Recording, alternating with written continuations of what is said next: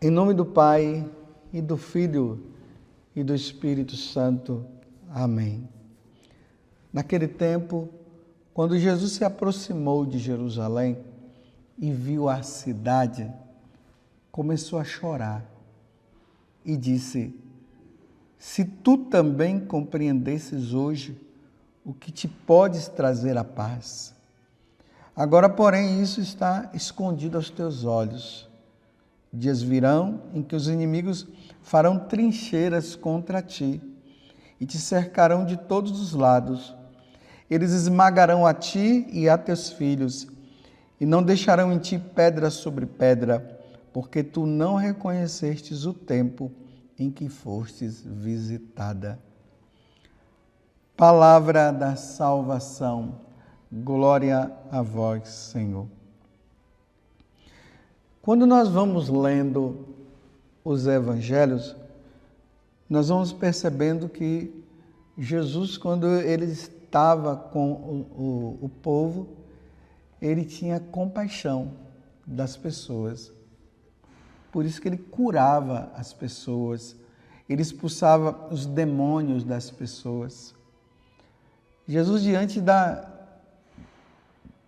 das prostitutas, diante dos publicanos, que eram os pecadores públicos, Jesus sempre teve um olhar diferenciado.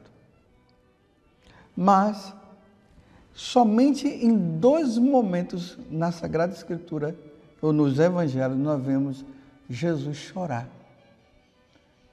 Jesus chora com a morte de Lázaro e Jesus chora diante da cidade de Jerusalém. Na carta aos Hebreus, o autor da carta aos Hebreus diz que Jesus passou a vida aqui na terra, se sacrificando, oferecendo o sacrifício dele próprio com sofrimentos e lágrimas. Então nós estamos no Evangelho de hoje. Jesus agora está se aproximando de Jerusalém. Só para contextualizar, porque nós precisamos contextualizar a situação para nós entendermos melhor. Voltemos, como eu já disse esses dias, capítulo 9, versículo 51 do Evangelho de São Lucas. Jesus estava lá na Galileia, que é lá na parte norte de Israel, e ele tomou a firme decisão de ir para Jerusalém, porque chegava o momento dele morrer. E aí que Jesus começa a dizer para os apóstolos: o Filho do Homem vai ser entregue nas mãos dos homens e depois eles vão matá-lo, mas ao terceiro dia ele vai ressuscitar. Lembremos que quando Jesus faz aquela pergunta para os apóstolos, no dizer dos homens, quem é o Filho do Homem? E aí eles vão respondendo: uns dizem que é João Batista, outros que é de Jeremias, que é dos profetas e tudo. E ele diz: e vós, quem dizeis que eu sou? E eles respondem. Aí Pedro respondeu: tu és o Cristo, Filho do Deus vivo. E aí que Jesus começa a dizer que ele vai sofrer. Então Jesus desce da Galileia, passa ali pelas redondezas da Samaria. Ele não foi bem recebido lá, deu uma volta e continuou o caminho. Chegou à cidade de Jericó, curou o cego, depois converteu Zaqueu e agora ele começa a subir para Jerusalém.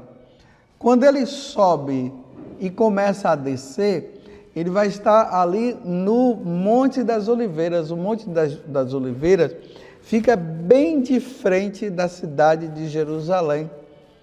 Quem já foi nas peregrinações para a Terra Santa, ali na descida do Monte das Oliveiras, tem uma igreja com o nome de Dominus Flevit.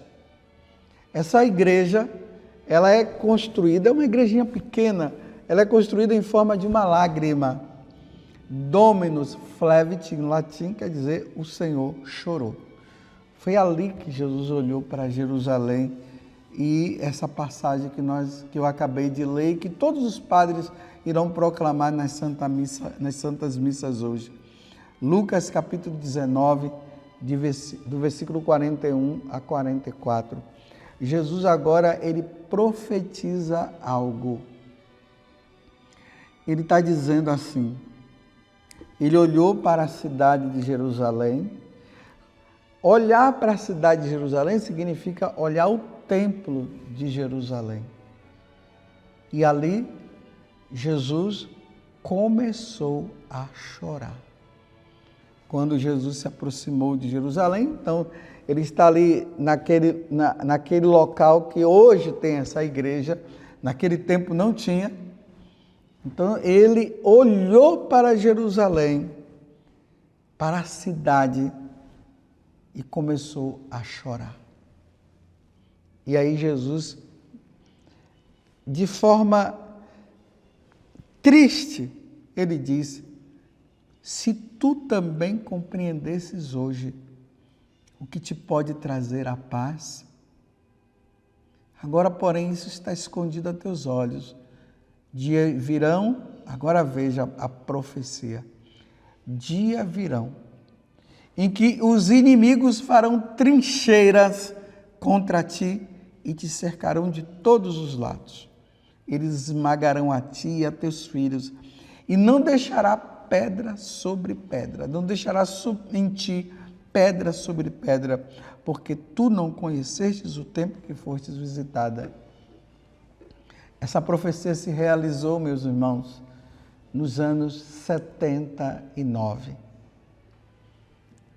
O soldado lá, o general Tito, ele entrou em Jerusalém e destruiu a cidade, destruiu o templo. Foi um dia, meus irmãos, de muita gritaria, de muito choro. É por isso que Jesus, ele, em um momento, quando ele fala da segunda vinda, que ao mesmo tempo ele fala da segunda vinda, mas fala também de situações que iriam acontecer em Jerusalém, ele disse: as mulheres grávidas naquele momento. Imagina a mulher grávida ali tentando correr e os soldados ali pegando. E levaram a Menorá, que é aquele candelabro de 7 pontas, que até hoje não se sabe onde esse candelabro está. Lá em Roma tem um arco do triunfo que ali mostra Tito com os soldados carregando lá a Menorá, para mostrar que realmente havia destruído a cidade de Jerusalém. E Jesus está dizendo que isso aconteceu porque eles não abriram o coração. Meus irmãos, a cidade material, a cidade de Jerusalém, realmente ela foi destruída naquele tempo. E como o povo judeu sofre, né? Nós vemos tantos sofrimentos aí com o povo judeu.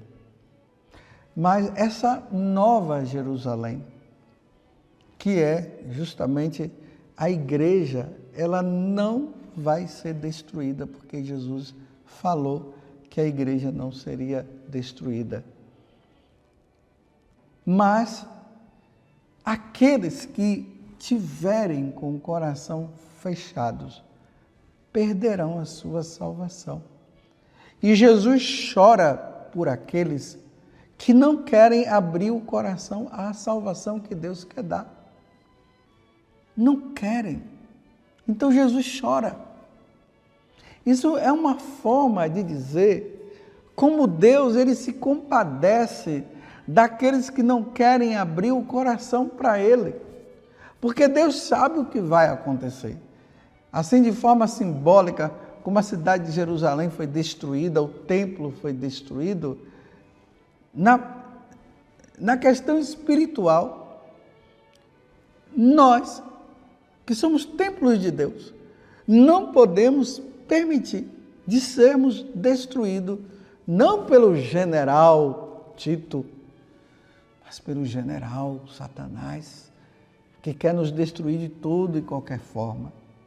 Aqueles que não se convertem, Jesus chora, porque Jesus sabe muito bem o que vai acontecer depois, que é a perda da salvação. Quero convidar você no dia de hoje a rezar por aqueles que estão com o coração fechado.